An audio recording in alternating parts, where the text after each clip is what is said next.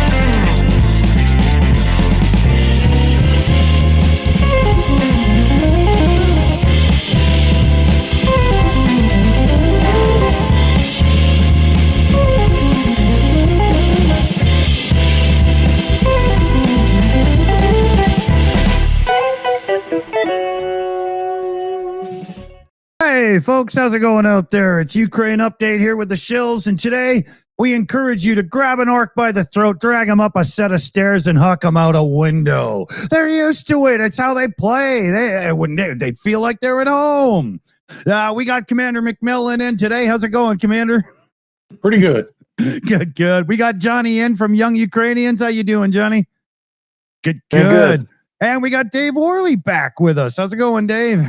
Hey, how is everyone? Let us know in the chat. Yeah. So we're going to blast through a bit of news. We've got good room for questions today. We got started a little late, so the show will be about an hour and 20 minutes. And then coming up after on the main channel, we got what's going to be like a preview to a new show coming up. So event will be posted soon. Stay on the channel, and hopefully you'll like that one too. Where do you think, Johnny? You want to give us a rundown on some events there? You've made some notes, and then we'll pick and choose out of that and go from there. Sure. A lot of cool things are happening and happened. Some with like long-term consequences, and some are kind of just fun in the moment. All of them some are bad, some are good, but all of them have good potential. Let's start with President Portugal called Trump a Russian asset. That never happened because it's a president of a country, and officially calling Trump a Russian asset, something that the fringe people have been saying, maybe the Shills have been saying, because it's kind of undeniable. Damn straight. But it's good to have a voice where it's a leader of a country kind of stating the obvious. It's a small win. Maybe it's like non-consequential. I think it's kind of cool. What do you guys think? I think it's a great development. It's people are finally, calling the kettle black, so to speak. Yeah, I would agree there, Commander. I think more and more people are starting to get a bit more comfortable with publicly just saying, I don't have to hold back anymore. There's so many saying it, I might as well drop one too. Yeah, it's a good trend. Very much. Well, we've been saying it before it was trendy, so to speak, right? Yeah, I think before it was a hype. Yeah, I think Commander's been saying it since like 94.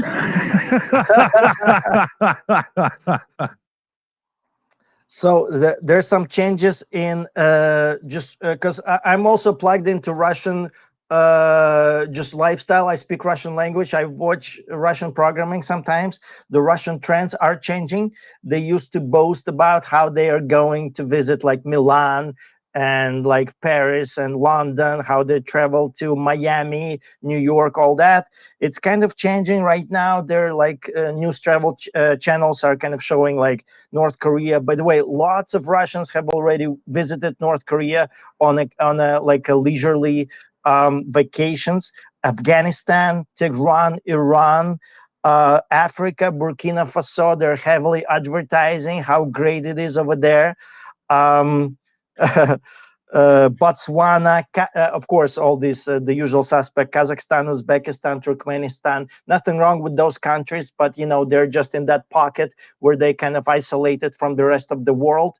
Kazakhstan actually has done some good things, supported Ukraine and all that, but they're kind of like in between China and Russia. So you know where else is a Russian got to go? You know, for a vacation. To me, Kind of the yeah, equivalent you know. of saying, "Oh, let's visit the city dump. It's lovely this time of year." And believe me, Russians are using that opportunity to call all those countries the dumps. You know, kind of, you know, Russian always goes with the attitude like, oh, you know, I'm a superhuman. What do you have to offer for me? They're completely immune to like the Western way of life. When they were visiting, like, you know, Rome and or they would find like piles of trash in New York. They would find like Miami too hot. They would always come back with the notes like, oh, you know, in Urengoy, it's much better. You know, it's like, oh, they have poor people in. They never come with like good notes like, oh, you know, we should like start building like roads or, you know, bridges or anything like that. They're completely immune to like the Western way of life, you know. But when they go to these lesser countries right now, like it's a festival for a Russian, because they have complete confidence. You know, Putin is doing the great things. Russia is number one again. You know, for them it's kind of like even a great development. And for me as well, I want them to be over there isolated, far away from me as possible. That's a good point. Yeah. Do you guys want to talk about that, or do you want me to keep going? Oh, keep going. Yeah, I think That- I think, that kind of sits there self-evident, like you know a cake is sweet. yeah, Right. I think the one that bears some discussion is the Beijing summit. Oh, Beijing summit. That's a big point. That's a big point. Um, That is literally like going back to my childhood, and it's the Legion of Doom from the Super Friends, Justice League, right? That's what's building there. yeah. You guys want to jump right in that? Right in that one? Sure. Heads first. So yeah, I mean, there was about 20 leaders. Somehow everyone is kind of either a dictator or very friendly with Russia and China. This could easily be called and should be called like a kettle black, anti-American, anti-Western coalition.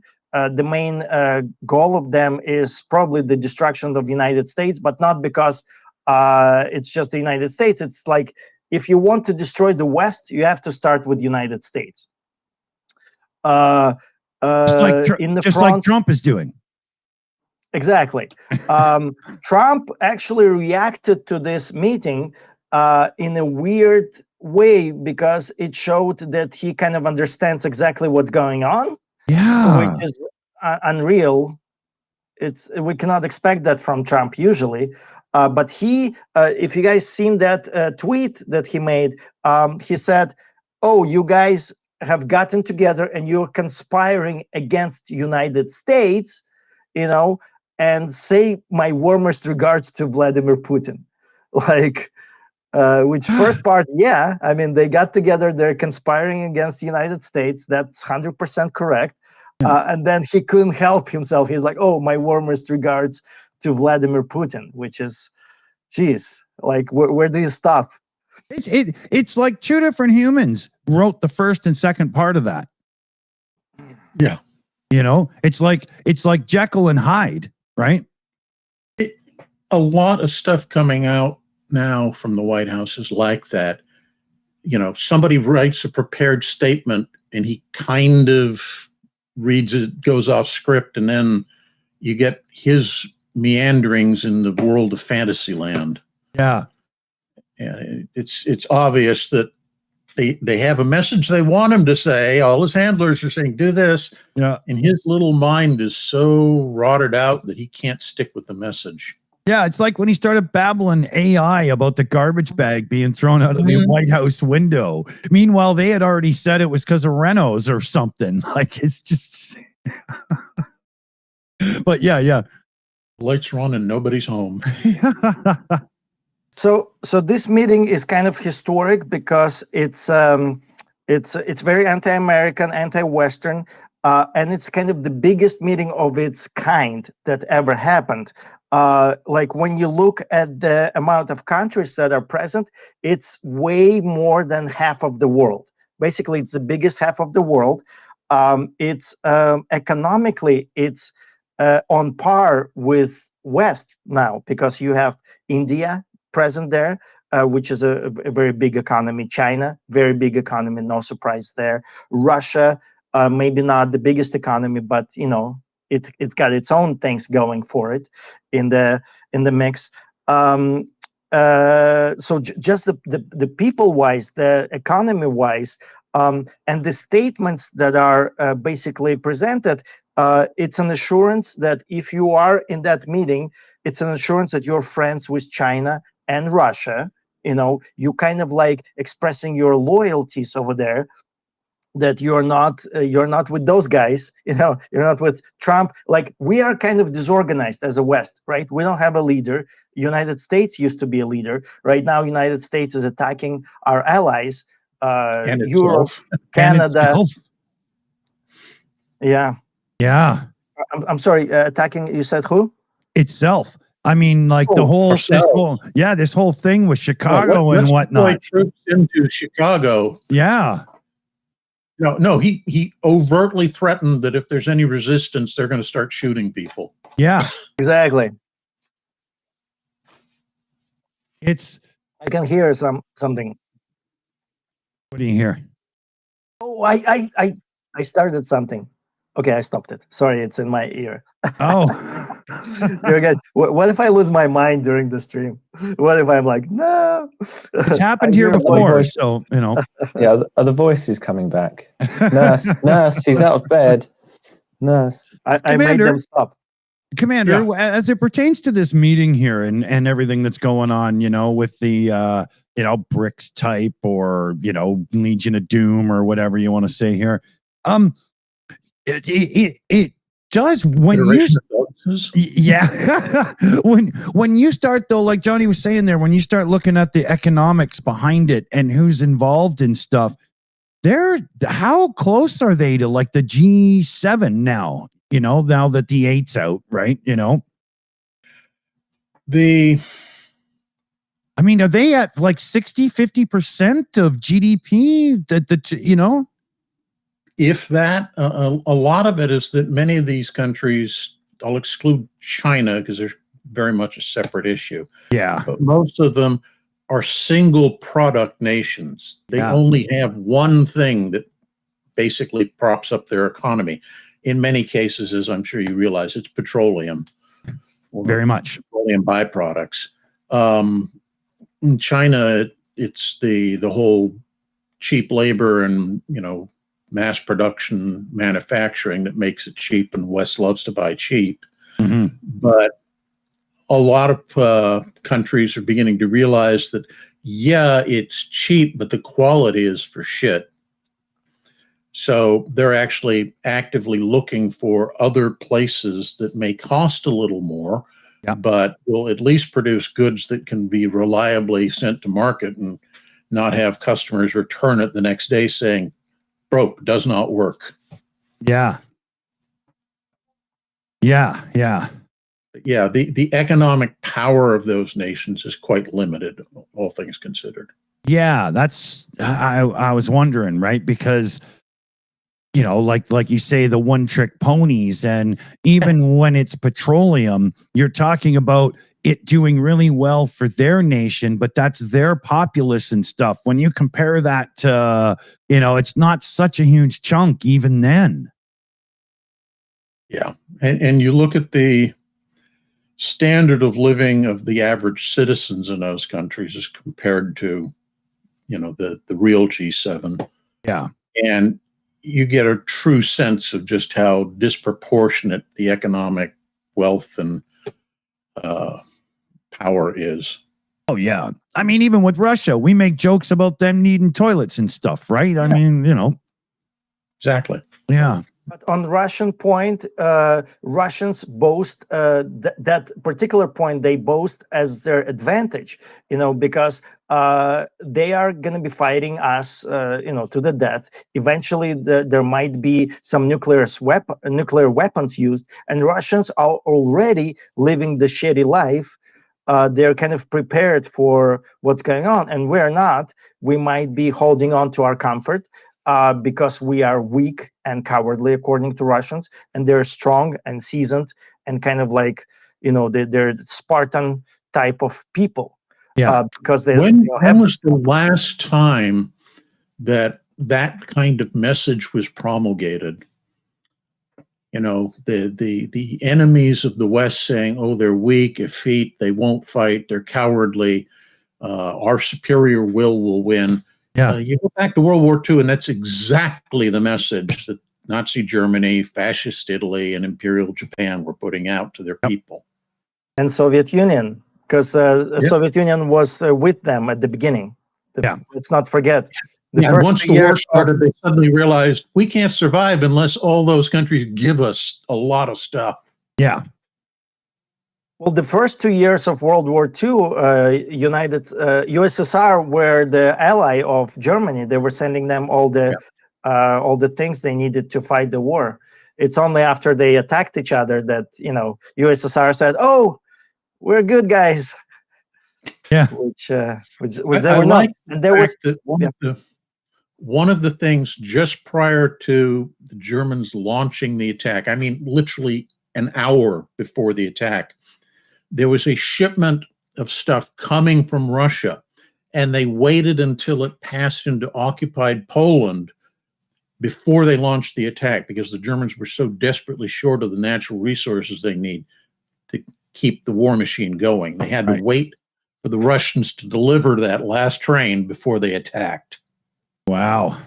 In fact, they could not even have the war if it wasn't for assurances from USSR, because one of the things that Germans relied on, they had mechanized, motorized brigades, which were very effective in the war that they were doing, and they needed oil, like petrol, diesel, and all that stuff, and they only had synthetic gasoline. You cannot fight a war like that. So all the gasoline shipments, everything was coming from USSR, among other things as well. Or Hungary. Right. Well, I mean, and so they didn't have their own. And also, the first thing Germany did once they attacked USSR, they went for Baku for their oil reserves, because that was their plan. They just needed to secure the gasoline productions, and then they could continue the war.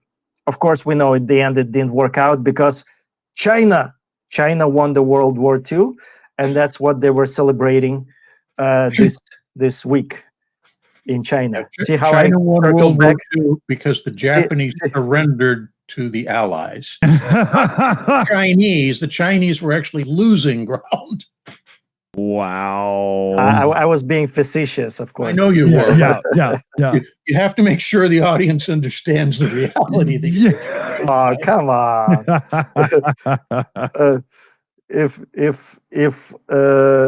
I think very highly of our audience. I think we have very smart people over there. Yeah, very much so. Let's remind everybody we got our Car for Ukraine campaign going. I'll get the link in the live chat right there. I'll bring you up some stuff here. We're at a couple €100, so a couple of donations would be very welcome indeed. And we'll see if we can't get this on the move and get another rocket truck going. We've partnered up with a couple other channels because it's a bit more money to do the rocket truck. So we're on the hook to raise 3,600 of it. And let's see what we can do. Because I like watching shit explode with our name on the side of the truck. Oh, yeah. This is amazing. Yes, I love that Car for Ukraine has those rocket launching trucks. They're awesome. Yeah, those are cool. Yeah. I wanted to read something from Institute for Study of Warfare. They're talking about the summit, and they have this statement. Putin said at the beginning of the meeting in Beijing that Russia will have to solve, quote, all tasks surrounding the war in Ukraine via armed means, because the overwhelming majority of his commanders are, quote, in favor of Russia achieving all their goals as outlined at the beginning of the war, unquote. So basically, that statement shows he has zero intention of coming to any kind of negotiated settlement with Ukraine. He's going to keep fighting until his head's on a spike. Yeah. Yeah, I mean, they're going to keep this up. There's no sign of it at all. There's no sign of any, real intent to do any sort of negotiation or whatever. And they'll fight until they're throwing sticks and using and, hitting people with like bats and stuff, Yeah. Yeah. It's that whole thing with the Russians. They don't think that Ukraine has the right to exist outside of being Russian. Yeah. And they made other statements. I'm not going to read excerpts of those, but basically they're blaming the whole war on NATO expansion and the attempt of NATO to move into Ukraine. Notice it's not Ukraine joining NATO, it's NATO moving into Ukraine, as if we're going to stage our own invasion of Ukraine. Exactly. So, yeah, I think it's really clear that there's no negotiated peace, armistice, ceasefire, whatever that's going to be coming down the road anytime soon. I agree, 100%. And also from their point, they do have momentum on their side. If you remember, during USSR times, during Cold War times, USSR could never unite this many countries, this much economic potential under one guys, under one wing like this. This is kind of historic, like with hate towards USA, with loving of strong leaders. They do have something on their side that they kind of shows success from where they're standing. It's kind of clear that. And also, I think the reason for that is because USA doesn't have a leader right now, or maybe has a leader that kind of plays for their side a little bit. Because if you go look at the Cold War times, we would have like Ronald Reagan, right? Yeah. And Ronald Reagan would not just sit and listen to all this happening. He would go to United Kingdom, he would go to France, he would go to Brazil, he would try to go to India or one of those countries and project a strong leadership and tell them, listen, we are the power to be reckoned with, not they. But right now, if you're a smaller country and you're looking at the world, the West is like a chicken without a head. Like Europeans are scrambling to not that safe place anymore that makes them feel comfortable. Exactly. So maybe it's better to join the bad guys, the hooligans on the block. Maybe the mafia will protect me better than the police department that doesn't have a sheriff, that's a little corrupt as well, So that's kind of the thinking. And in the end, it is the era of global economy and stuff. You've got to have somebody to trade and do things with. It's that old expression, nature abhors a vacuum. Well, when you got Trump, there's a vacuum for leadership in the Western world. Yeah. We've got the the orange-faced clown trying to pretend that playing golf is somehow demonstrating leadership. It's only leadership if I cheat. Come on.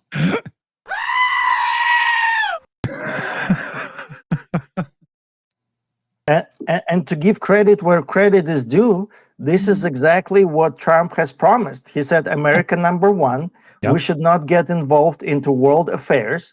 You know, he destroyed our soft power, which we, however small it was, USAID around the world, which China and Russia already went Stepped in there into, and yeah. kind of, yes, stuck their noses into. They're just ecstatic. They were applauding Musk Doge team when they were destroying USAID, which is our only kind of soft way of having any kind of voice around the world. It's an arm of goodwill. It meant a lot, even if it costs virtually nothing when you look at its actual budget and how much.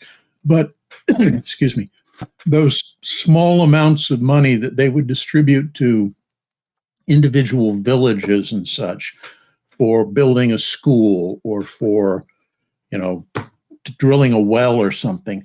Those kind of little things have a profound effect on people. And it built up enormous goodwill around the world for the US. And then, you know, oh, we're America first. We're going to take all that money and use it at home. In other words, we're going to give it to the billionaires who really need it so their bank accounts get larger. Yeah. And there's so many people without means in life that got all riled up for the message and voted for this guy. I mean, how much longer until every one of them are like, wow, were we lied to? You know, you eventually got to admit that crap to yourself. Eventually, right? Yeah. Thank you, prosperity gospel. Well, that was that leather-bound Bible he sold for $100, right? I saw a thing. Just wipe my ass on 2 or 3 of the pages. Don't worry about exactly. I actually just saw a thing today. We won't go on about him for too long here, but I saw a thing today that was pretty interesting. It was a Wall Street Journal video on YouTube, and the guy was figuring out how much money Trump has profited off simply being the president.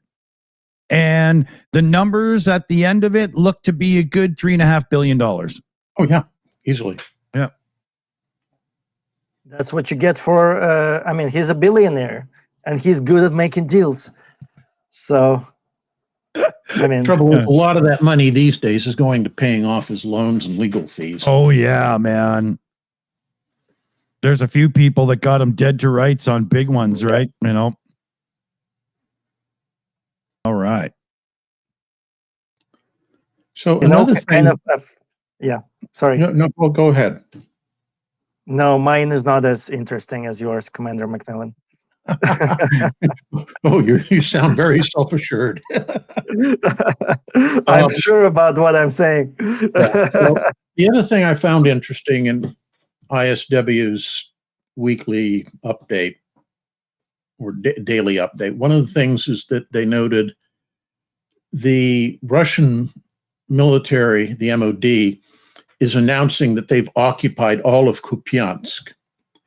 And not only are the Ukrainians and the free press saying otherwise, Russian mill bloggers who are usually incredibly pro-Putin are saying, no, not only haven't you, everything you're saying is a complete falsification and lie, because what's going on, according to these folks, is they are infiltrating small groups of 3 to 5 guys in civilian clothes into Kupiansk to stand in front of known buildings in Kupiansk and hold up a Russian flag to say, look, we've conquered the town. And then they try to get back and across the lines because they really don't hold the place, but it's all a PR stunt. And this is just a specific case, but increasingly the Russian mill bloggers are sounding very, very disillusioned with the military's conduct of the conflict so far. Mm-hmm. I actually wanted to talk about that point as well, because this disillusionment that Russians are feeling is very profound right now. because they've been making advances towards that area, and they kind of stuck into Ukrainian, Jesus, what I'm saying. They stuck into Ukrainian territory, and they proclaimed like this is about to be like the breaking of the whole front. Like this is where the camel's back is going to be broken. They openly professed like this is probably the end of the war. And what they were doing, they were moving in, they were advancing, they were grabbing land. And at the last minute, when they were already saying this is ours, Ukraine sends in their Azov battalion, Azov brigade, and they just kill. It was like a massacre. I think they killed like 150 people in one day. They completely neutered the whole thing, and they brought everything to the first line. So what Russians could not understand, and it's still unclear to this day, was it a deliberate attempt on Ukraine to let them think that they're winning, to kind of come and cut them off and just massacre everyone, or was it just a coincidence that it happened that way, you know? But even though we don't know exactly what happened, this is going to have a profound effect on Russians' confidence from now on, because when they think, oh my God, we're winning, we're about to break through, Ukraine is about to fall, next day all of them were dead. All those people who were thinking that, you know, we're making through, we're breaking through, and like Commander Macmillan saying, like the Russian mill bloggers that are very optimistic, like they see a little bit of an inch, they're like, we're done, you know. They are very, very depressed right now, those people. Yeah. And as you said, we don't know if it's the Ukrainian military leading them into a trap or just conducting brilliant tactical counterattacks, but they are chopping up huge numbers. I mean, we're back to, you know, the Bakhmut levels of losses, and actually in some cases higher. They're really taking a beating, and all indicators are that in some sectors the Russian army is actually on verge of collapse simply from a morale perspective. Troops are refusing to follow orders. They're deserting in droves or surrendering in droves. It's pretty bad for them. Exactly. That's what I'm saying, that this thing had a profound mental effect. And it's kind of like in the vein of what Ukraine has been doing like since the start of war, because you're having a small country with a much smaller military, less people, less everything, fighting a much larger force. Commander Macmillan, you know this for sure. At the beginning of war, Russia had like 3 or 5 times advantage in artillery. So Ukraine could not match that. So they would make you know, the things that looked like artillery. Russia would spot them from the drones, and Ukraine would make it look so lifelike that it was unmistakable artillery. So Russians would strike that, Ukrainians would put themselves in a position and strike back and destroy the artillery that struck the fake artillery. So at that point, when Ukraine was kind of struggling to survive, it had a profound effect, because Russian artillerists, they stopped being so confident when they were shooting at something. They didn't know if a minute later, where they're trying to do an evasive maneuver, they're going to be killed by coming in artillery strike. So that had also a profound effect, where Russian artillery units, they lost all kinds of confidence, and they couldn't perform so well on the battlefield, and Ukraine was like taking advantage and reversing the position on the battlefield just because of that one mental trick. So now this thing with Kupiansk has like a larger effect, but of the same sort, where like all of those Russians, they have zero confidence of maybe their leaders are kind of throwing them to another slaughter by a pretense, oh, you guys are winning. And it's tragic the number of telephone poles that were sacrificed for this during the early part of the war with these deception artillery pieces. Oh yeah. Well, standard NATO practice is an artillery piece never fires more than 3 rounds before it displaces and relocates. If you stay in place any longer than that, you're going to get hit with counter battery fire. And it took the Russians about a year to a year and a half to pick up on that reality, because they deploy artillery batteries and just sit there all day in the same location. Just waiting to die. and luckily, a lot of them died. It's not, forgive me, but I'll correct Commander Macmillan. It's not that they learned their mistake. It's the ones who were taught differently died, and the new ones taught themselves differently. Yeah, they said, that's how Russians learn. Working. Yeah.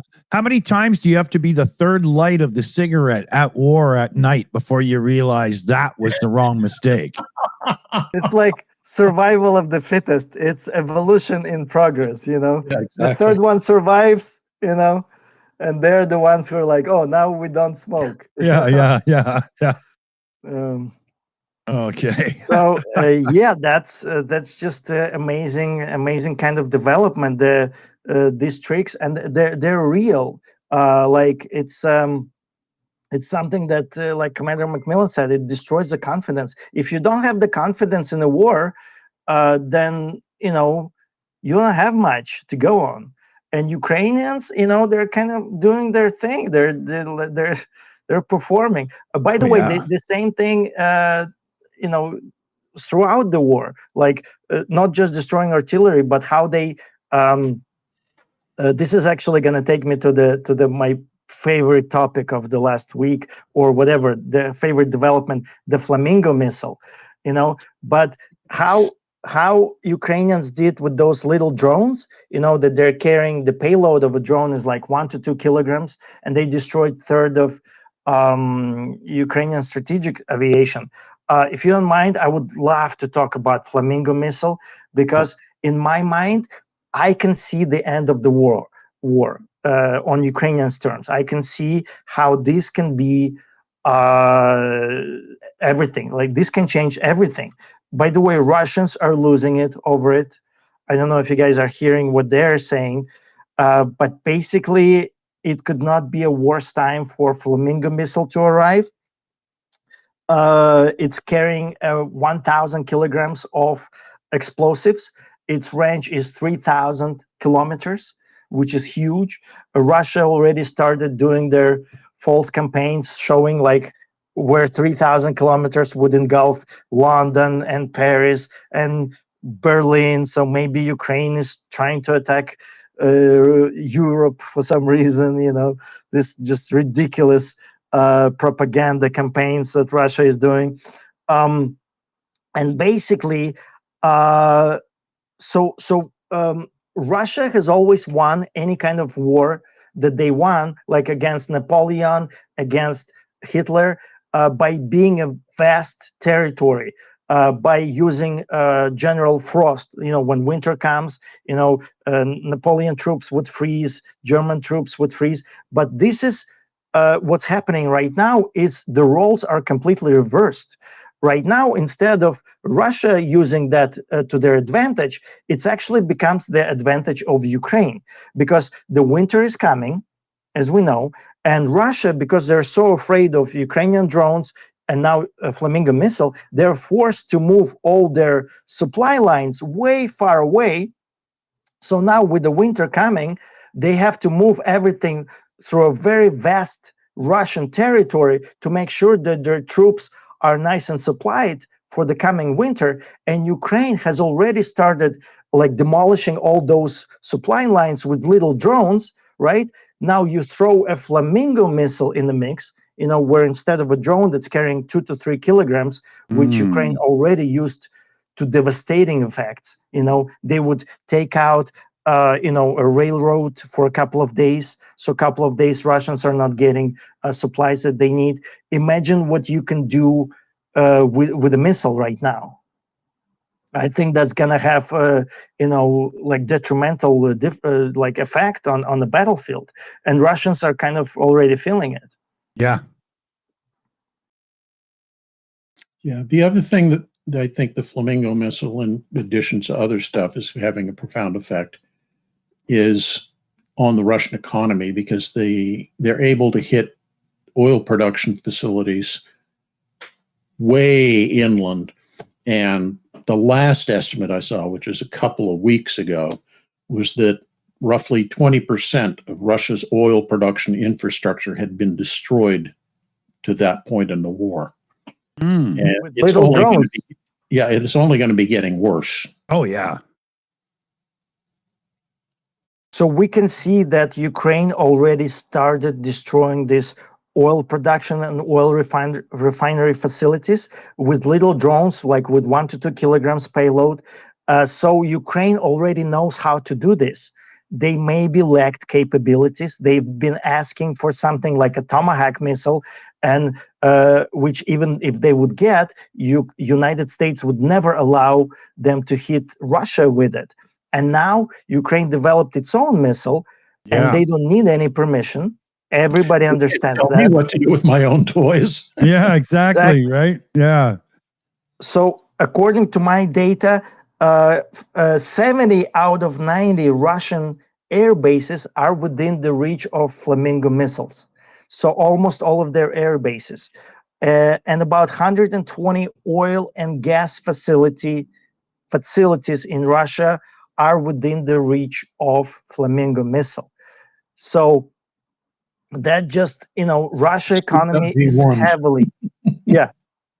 If they destroy 21% with nothing, basically, like this, you throw Flamingo missile in the mix, we're gonna see many differences in what's gonna happen. And also, by the way, they already did a successful strike with the Flamingo. Did you guys hear about that? Yeah. I think it was airfield in Crimea. Yep. And that's awesome, because of course Russia, as soon as they annexed Crimea, they started bringing Russian families to Crimea to create a humanitarian crisis in case Ukraine wants to bring Crimea back into the fold. So they would say, "Oh, look at all these Russians. What are you going to do with them? We have to like keep Crimea because there are so many Russians now." But because Ukraine has not hit the bridge right now, even though technically Flamingo, why not? Yeah. So, and they're hitting, like they hit airfield in Crimea. That has the psychological effect where, all the Russians that are inside Crimea, they cannot feel safe right now. They understand that they're not under protection of this great Russia military anymore. Right. And hopefully, like, I'm kind of hopeful. I don't think that's going to happen, actually. Maybe you guys feel different.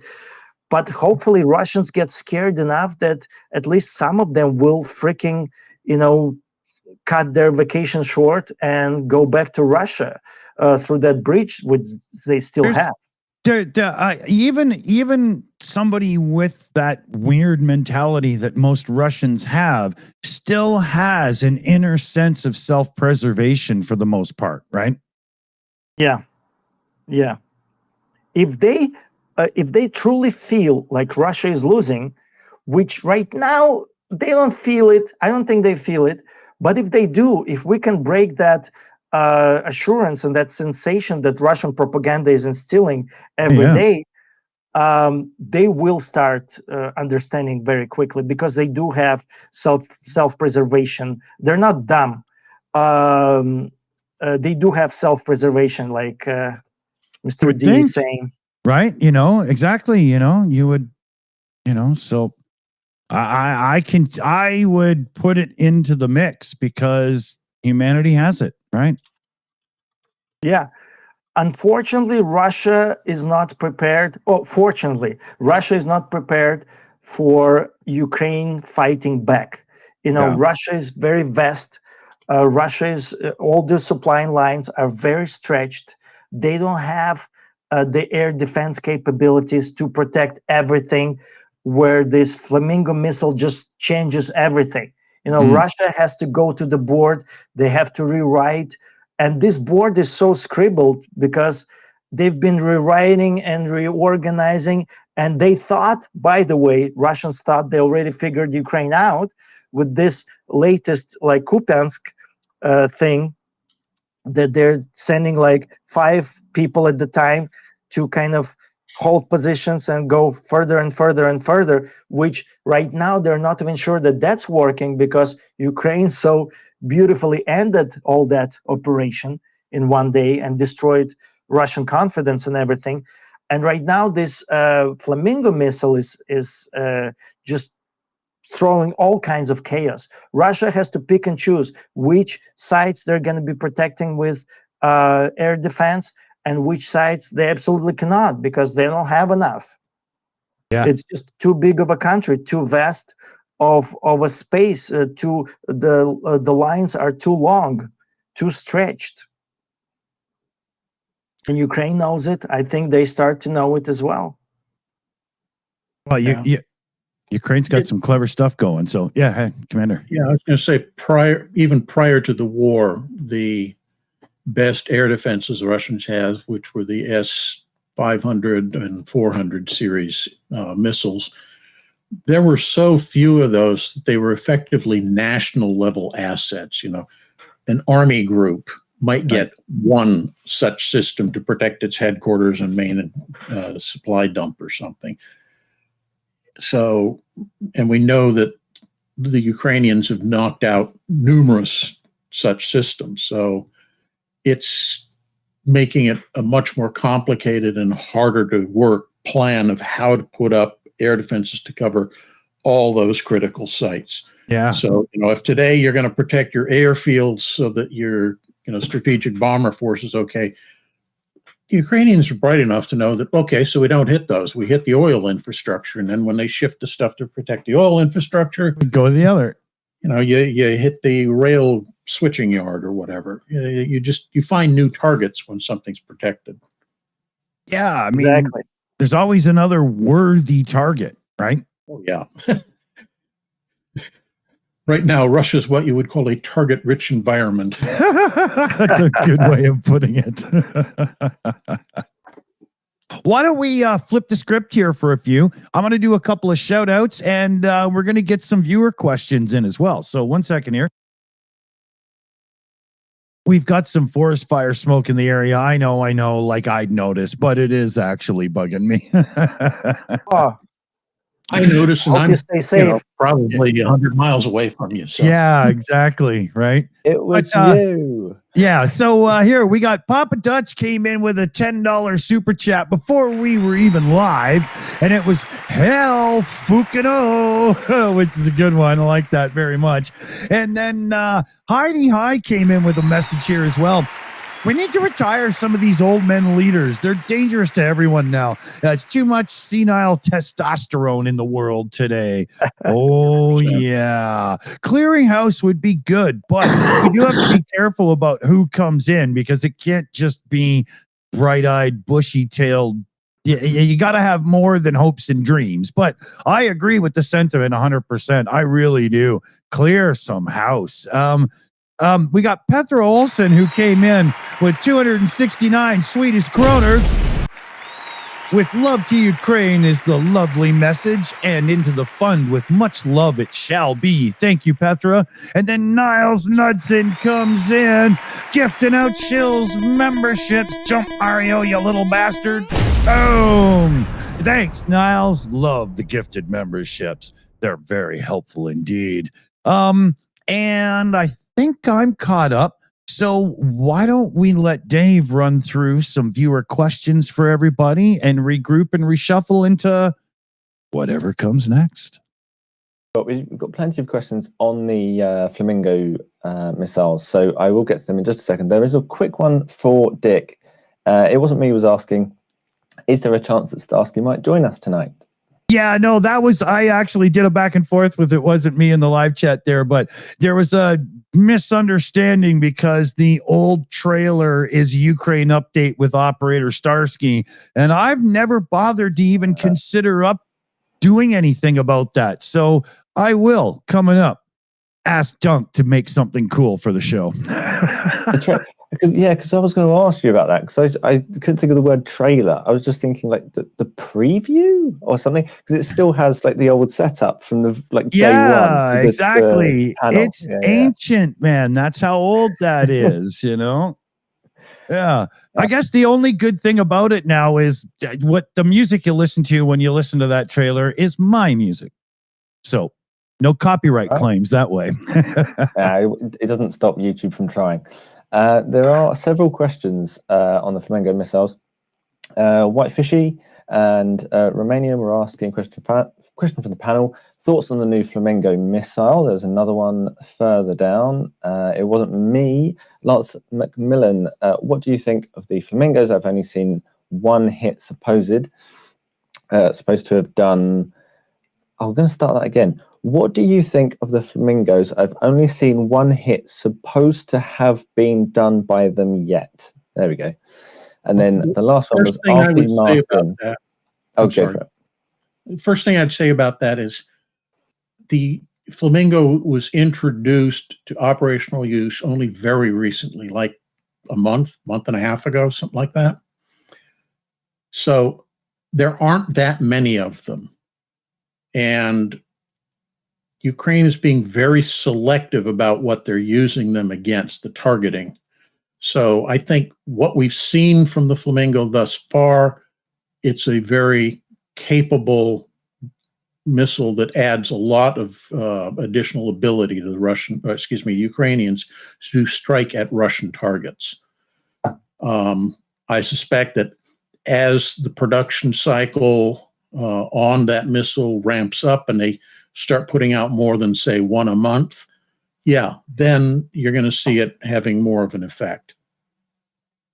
Right, I'm not being funny, Dick. Could you put that picture up again? Because it looks like, you remember in Thunderbirds where Gordon had to go down in Thunderbird 4 and like cut off the engines and then it floats to the top and it saves them, right? It looks exactly like that. Was it designed by Jerry Anderson? Seriously. I wonder. So on the Flamingo missile, it had one successful hit. It hit a Russia Secret Service base in Crimea. So at this point, I think the Flamingo missile is going to bring the victory to Ukraine. It's going to change everything on the battlefield. But right now, the production is one Flamingo missile per day. And Zelensky said that they're going to have 7 of them per day by October. And that's a devastating number for Russia. If you have 7 of them per day, 30 days in a month, look how many targets in that target-rich environment, as Commander Macmillan has said, we can enjoy watching to burn. Yeah, definitely. There was one other question there. RP Martin was saying that the Flamingo is one of the several weapons developed in Ukraine's arsenal yet to be unveiled, ? Is that correct, ? And you sort of answered that, really. Yeah. We had one successful strike.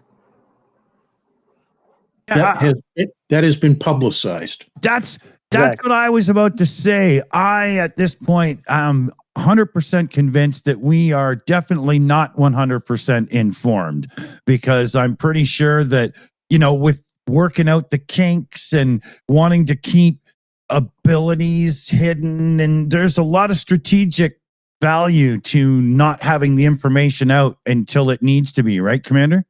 Yep, exactly. Makes total sense. And also, if we do have all the information out, that means that Ukraine is so sure about everything. They're sure about their the plans that they're building it, the capabilities of manufacturing, the support of the West behind everything. By the way, did you guys notice that like a couple days before Flamingo missile was unveiled, Trump said that like a Sleepy Joe or like criminal Joe Biden department would not allow Ukraine to hit inside Russia. And that is how can you win if you're not hitting within Russia? And that's about to change, and you're going to see some new developments. Couple days later, Ukraine is unveiling Flamingo. So I think all of this has been discussed with the allies. They said, listen, we're going to have this beautiful, big, beautiful rocket. We're going to start hitting hitting Russia. I hope you have nothing bad to say about it. And I think allies all agreed, like, what can you say? Ukraine is going to start hitting Russia, you know? I cheer them on. I hope that this turns out to be something that can really do some proper damage in the proper places across enemy lines. I apologize. Yeah. So much winning. So much winning. Yeah. Tired of so much winning. Yeah. Oh, hold on a second here. There, muted. He didn't mute before he got up, so we don't need to hear that conversation. Who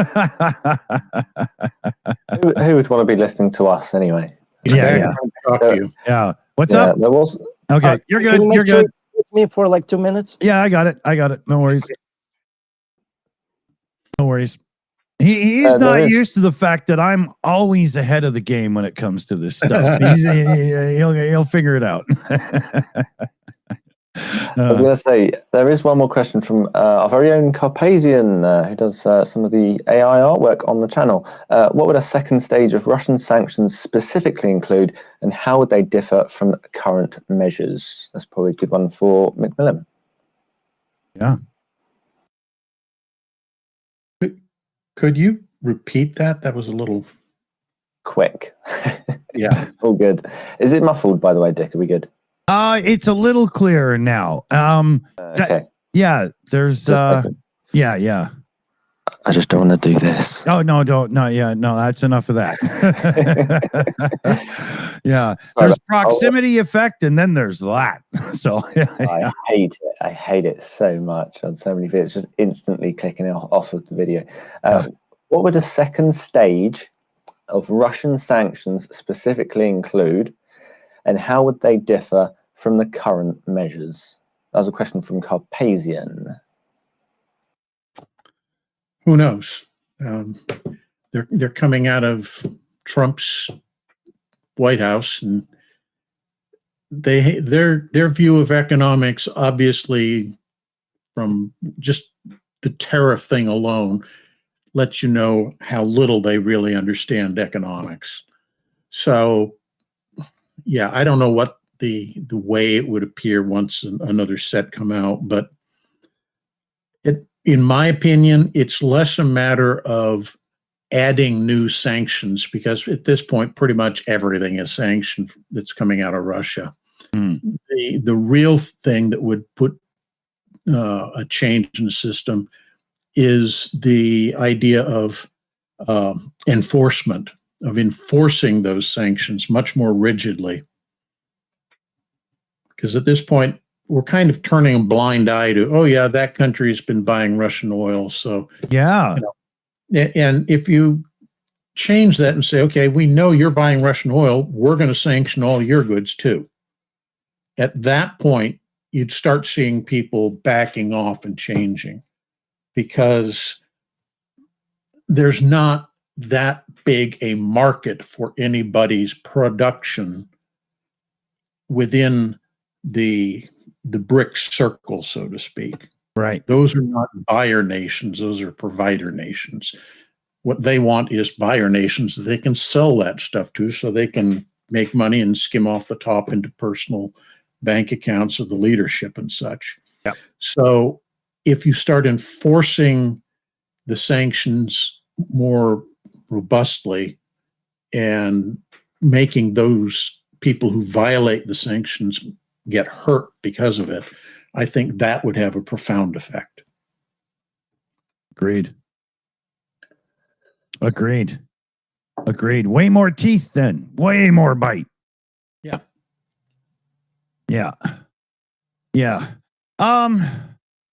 Let's see.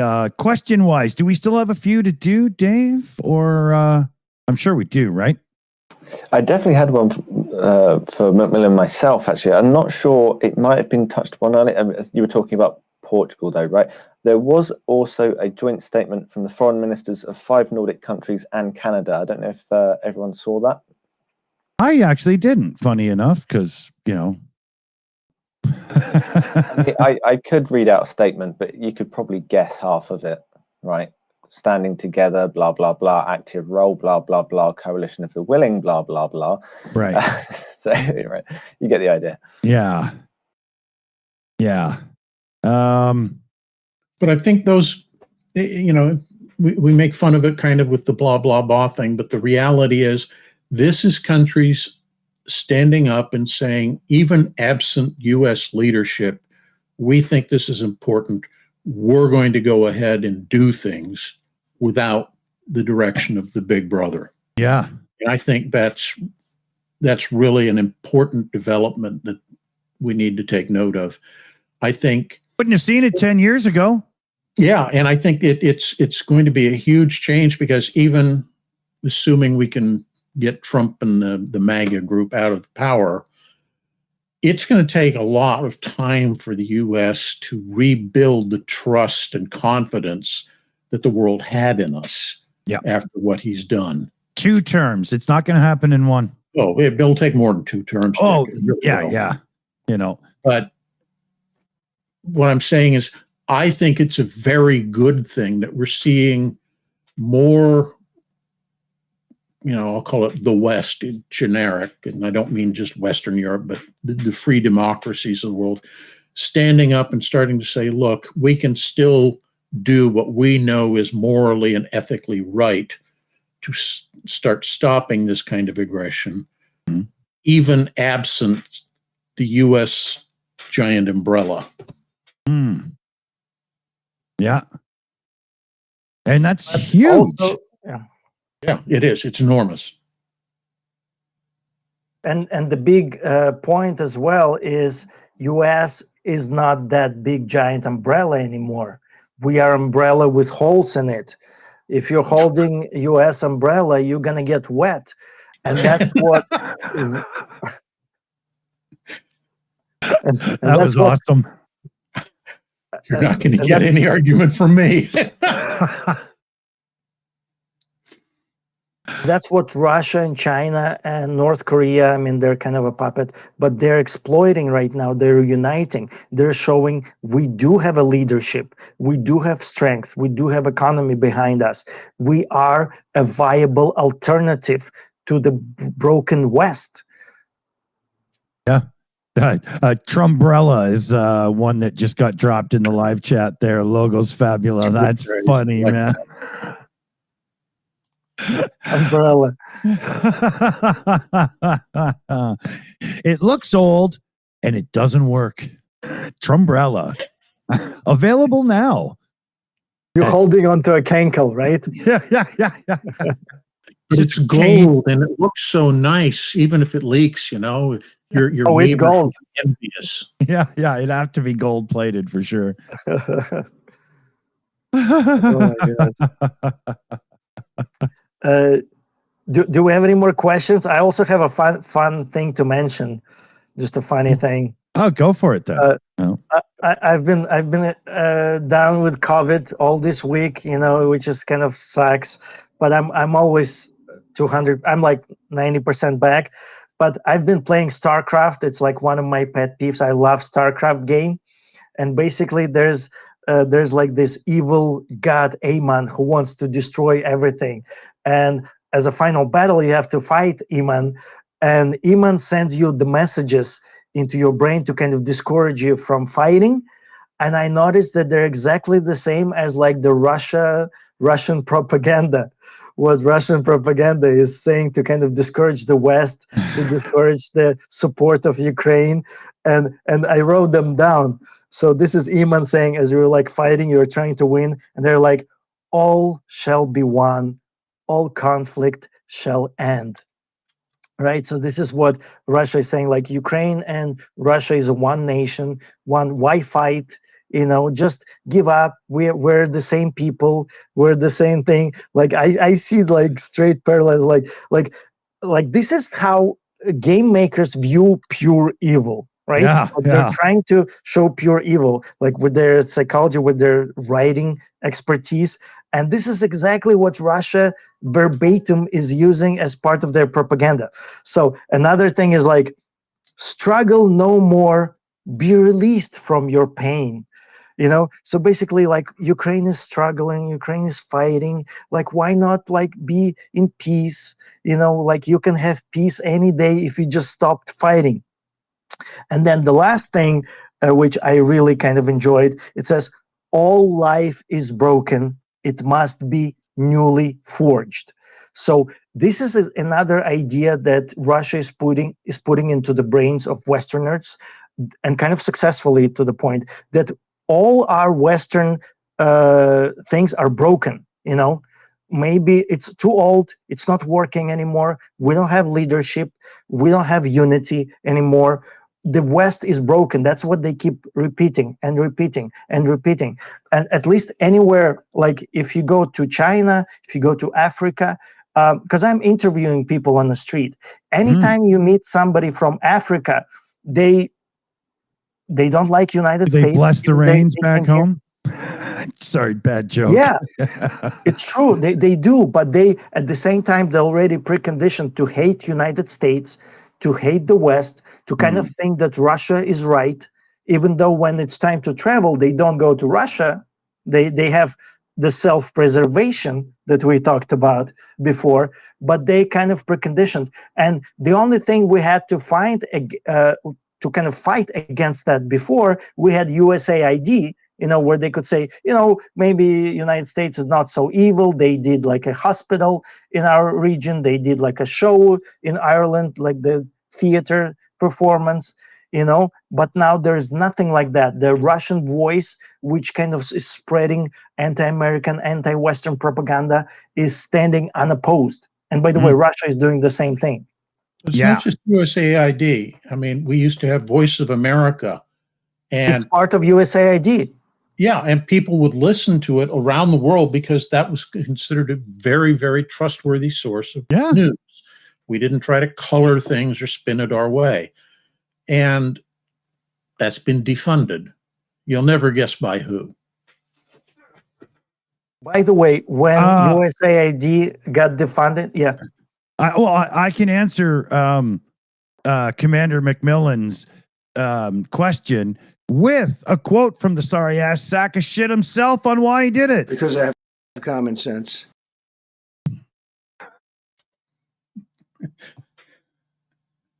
When it is coming sense, it's coming to him eventually. Yeah. When USAID was defunded and Voice of America was no more, I read an article, beautiful article. It was by a Russian like opposition person of sorts, and they were saying that basically when Soviet Union was like at the end, people would tune into Voice of America, tune into to those stations to listen to alternative opinion, because you were so programmed by USSR to think that the West is evil, and then you could find those articles or those newscasts of the time of Voice of America, because they had radio, right? And you could listen to that, and that was another one. And that was like a breath of fresh air, and that would give people the confidence that if the Soviet Union breaks up, they're going to be okay, that the West is not so evil, that there's alternative point of view, that you should not hate Americans, hate Europeans, like, and they had tears in their eyes when it was Russians, mind you, like good Russians, let's say, that they cried when they realized that Voice of America is now defunded, that thing that existed for over 30 years, that helped break down Soviet Union, that was a kind of a voice for democracy in the world, was destroyed by Elon Musk and Donald Trump overnight, basically. Yeah, VOA was active from the early 60s. So really? It's been like 50, 60 years that it's been going. Wow. Or had been. Well, there was an Iron Curtain in Soviet Union, and the Soviet Union made a point to make sure that as little people as possible could hear this. And when it was 90s, when Gorbachev came into power, and his arm was twisted and he had to open up a little bit to the West.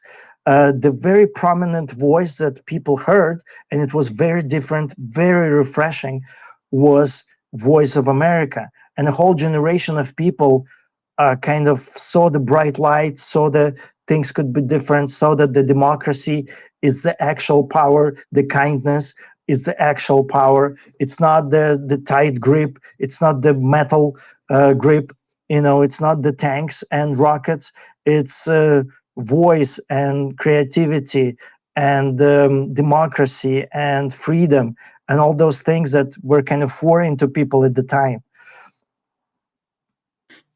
Yeah. No, growing up as I did overseas, and we saw a lot of this kind of the impact that things like Voice of America and USAID had. And it's, I think it's tragic that that's all gone now. And the only message that's out there really filling that void is the Russian message. And China. Yeah, and China. Yeah. And they're very aggressive because they understand how important it is. They hate USAID. Of course, there's nothing to hate now. But they're aggressively stepping into those areas left vacated by USAID, and they're just unopposed in the messages that they're spewing out. Yeah.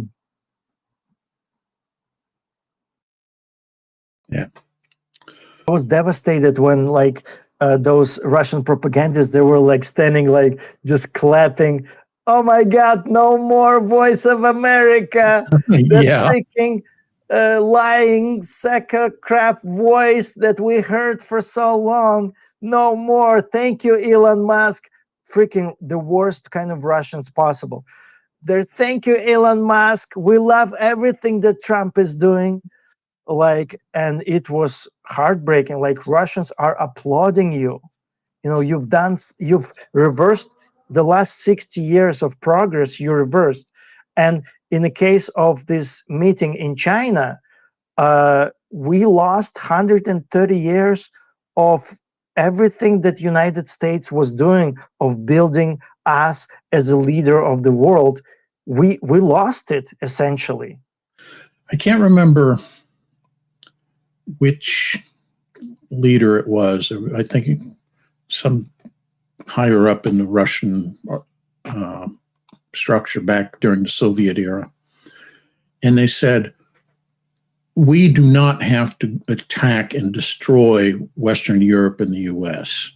You will do it for us. You will destroy yourselves internally. It's inevitable. And that's beginning to look very prophetic, unfortunately. It's also beginning to look like they've got their hand in it. Oh, really? Shout out here from Johnny Nedregard there in the live chat. 22 Norwegian kroners as well. Hello, Shillers. And then Slava Ukraine. Hirom Slava. Good one, buddy. Good one. Thank you very much as well. And then Annette came in, Annette from our team there. And she put in a $5 direct donation into our Ko-fi, whatever it's called thing there. Let's help Car for Ukraine meet the goals in the new autumn fundraiser, our autumn harvest trucks campaign. I should at least know the name, right? But I don't. Sadly. Here's the link. I just dropped it in. I think I did. Doesn't see. Yeah, there it is. Okay. It just took YouTube a second. I don't know what's going on their way. There's the link. Good show, Annette, because we definitely do want to see if we can't get closer to putting a rocket truck into play. Oh, yeah. Oh, yeah. So, yes. Cool. What do we got here for time? What is it? 1:33? Is that right? 32, 33. My webcam that's right in front of me here, the little lip is bigger than the bezel of my monitor. So it's literally covering the time that's in front of me. And in the corner there, if I look out the side of my glasses, it just doesn't quite work, It's annoying as hell. Companies, the little thin bezel thing, We get it, okay? It's been done. It's over. It's now a pain in the ass. You know?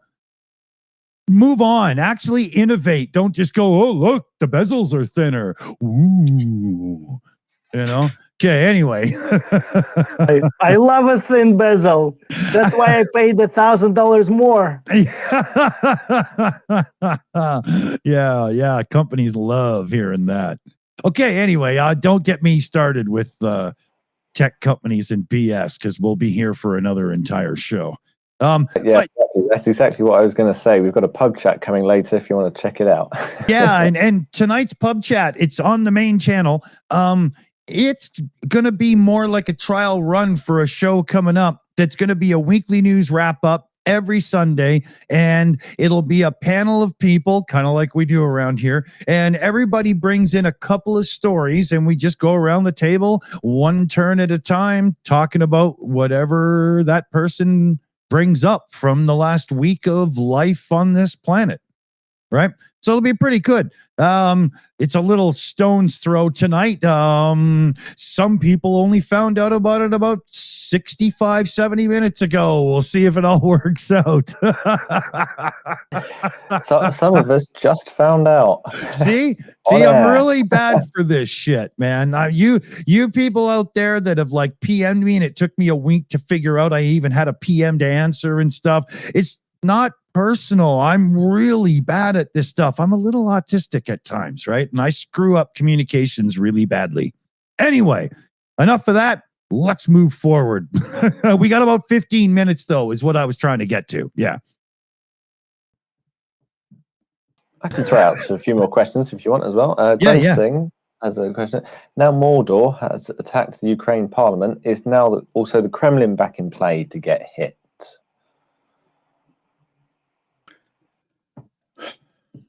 Tit for tat. That's a dangerous road to go down because right now Ukraine enjoys a reputation as being decent people who are fighting a war. So they're aiming at military targets, not civilian targets, not national, Right.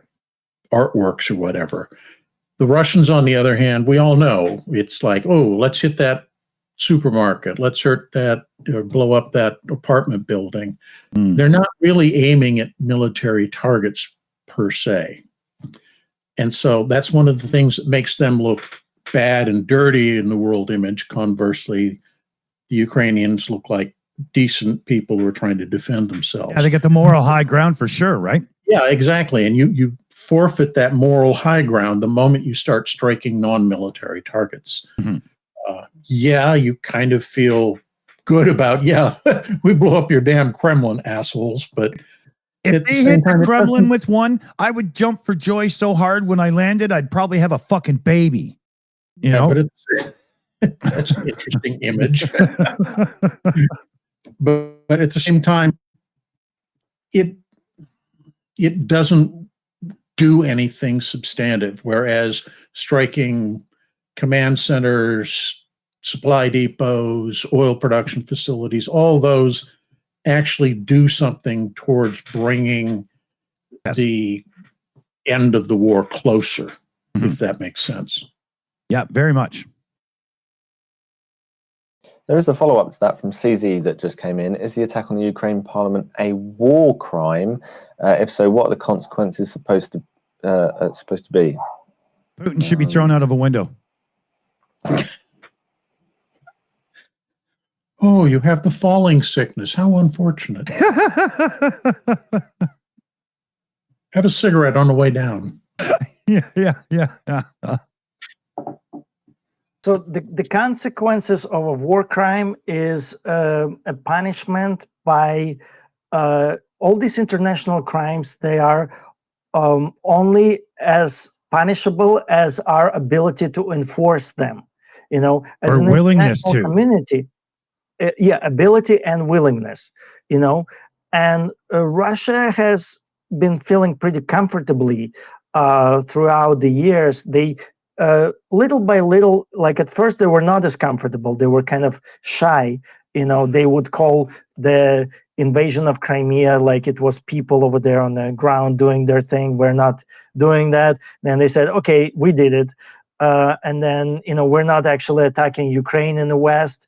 It's like Ukrainian forces inside Ukraine attacking itself. And eventually they're like, okay, we did it. And okay, we want to, annex that territory as well. And then eventually they were emboldened enough where they attacked like a full-scale invasion. But again, they didn't call it a full-scale invasion because once again, they're afraid of being punished for those military operation. Special military, exactly. That's what they're still calling it, and the reason is it still lets them get away with not getting as harsher sanctions as they could get. The sympathizing nations can still use the talking point that Russia is actually not fighting a war somehow. Maybe it's just it is a military operation, special military operation. So, however, when it gets down to it, are we able and willing to enforce these crimes, to enforce these laws? If we are, we will do it. If we're not, then Russia has a showcase. Look, West is broken. That's another nail in the coffin of West. Everything that we were building, everything that we were standing by, the NATO, our Western way of world, our democracy, our freedom, is not worth much. Because when it gets down to it, we're unable to protect Ukraine. We're unable to protect peace at the doorsteps of Europe. Europe is like the big economy, the greatest whatever. It's not, as Russia is trying to point out.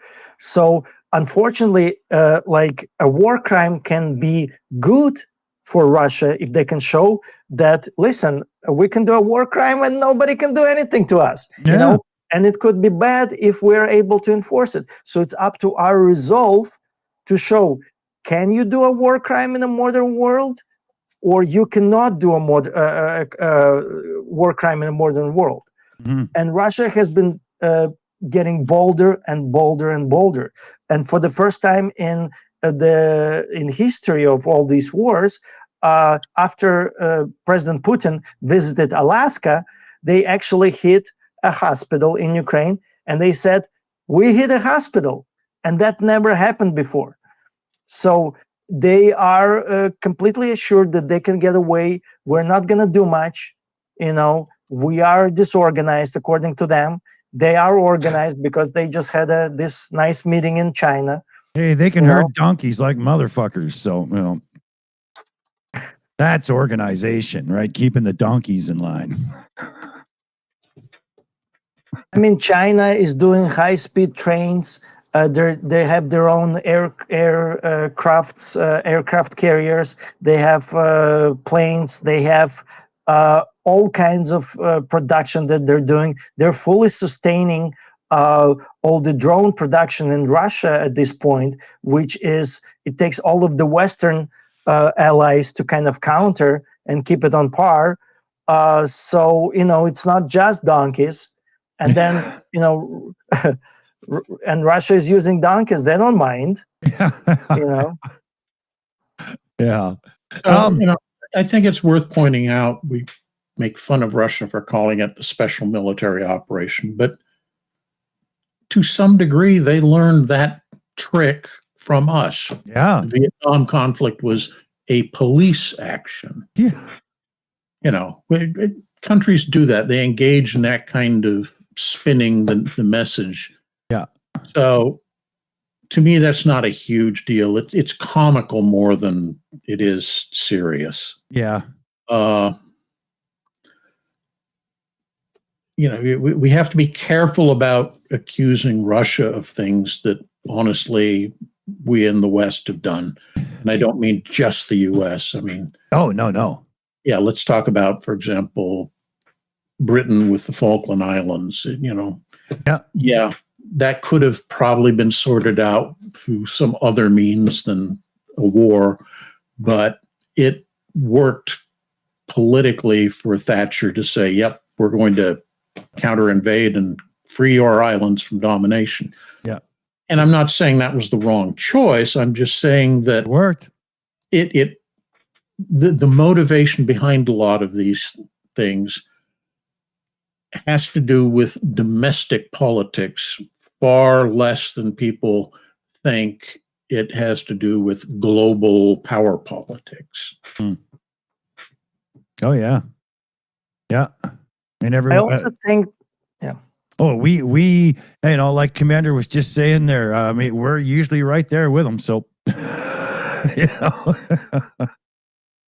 I also think that these, war crimes or things that, West is doing wrong or Russia is doing wrong, that's a good indicator of the differences between the West and the Russia. Because, for example, we in the Western world, in the democratic world, in the free world, we're able to go back and say, listen, what we did there was incorrect. For example, it's like a mafia and the police department, right? There could be a corruption in the police department. There could be like good deeds in the mafia. But when it gets down to it, Russia is a mafia, and they're using those talking points. They're saying, listen, we're not any worse than the West. They keep tabs of everything the West has ever done wrong in history. Yeah. They keep repeating. They have it on fast pull up. They have it on tabs. They have listen. United States attacked Afghanistan, attacked Iraq, attacked everything that United States ever done wrong. And by the way, United States would admit, yeah, that was wrong. Maybe we could have done anything different. Who never admits they've done anything wrong? Russia, China, North Korea.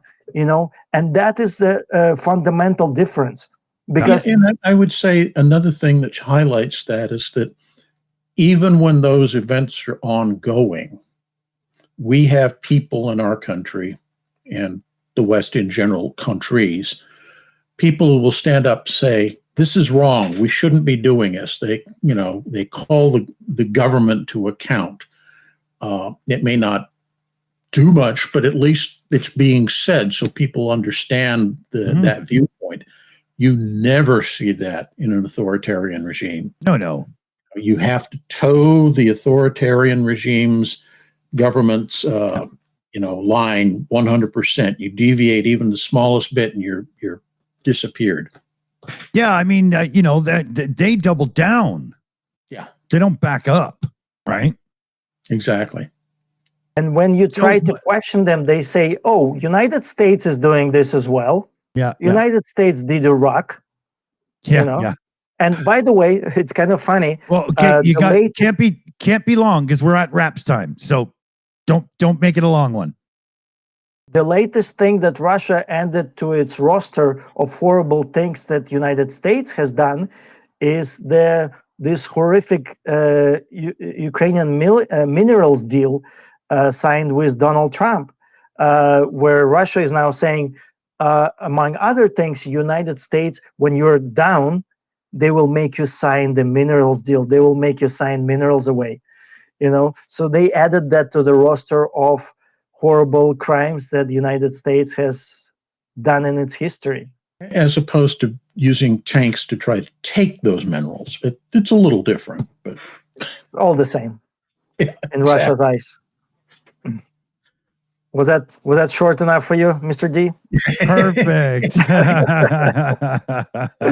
So we'll just scoot around the table quick and get some thoughts and wrap ups, and then we'll put this one in the bag and we'll flip the script. And in a couple hours, right here on the main channel at the Shills, we've got our new weekly news wrap-up show. Now, we don't actually know what we're doing yet. It's just an idea that came together, and we're going to see, what comes out of the bag. But we got a few folks enticed, and there's going to be a bit of a pub chat feel to it where we're just going to chatter about the topics, but it will go from topic to topic to topic instead of just random chaos. So that's probably a decent compromise, so you still get some shits and giggles, but it's informative and conversive, and it should be good. So it's 7 p.m. Eastern. There's a redirect when we're done here. Click it, and then you can click the little notify me button and all that good stuff too.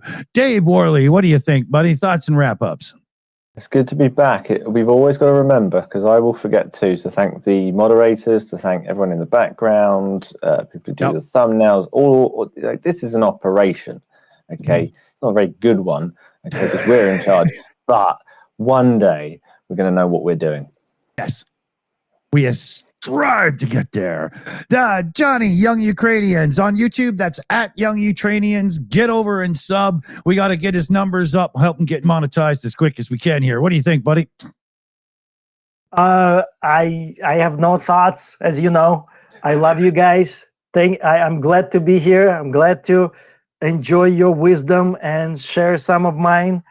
Thank you guys, and looking forward to what's happening. Awesome. Commander, what do you think? I think it was a pretty good show. We covered a lot of interesting topics, and as I do usually when we're wrapping up, I'll remind everybody, please communicate with your elected officials. Phone them, text them, send emails, write letters, whatever. They have an impact, even if it's a guy who's not necessarily receptive to your ideas. Those messages matter. So please make sure you send the update to them every week about, I want to help Ukraine. And that does eventually change policy. Yes. Words of wisdom indeed. Huge thanks here to our team. We got Annette on the Shills account today, Shayna Caldwell, AI Alchemist, who gives us all these goodies and more around here, Chris Lundy, Liam Wakefield, Jose C, and Super Chat Matt as well. So final reminder, stick around to the end so you get the redirect. It's on this channel. It's the new weekly news show. Be there or be square. Slava Ukraine. Heroям slava. Well said.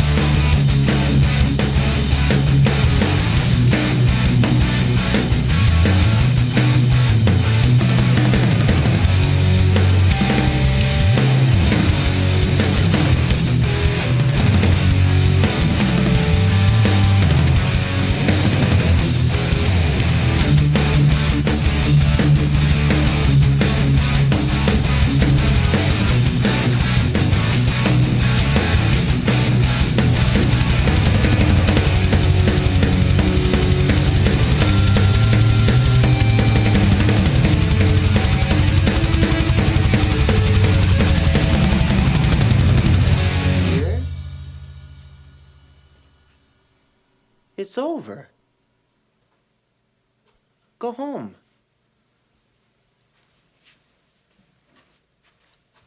Go.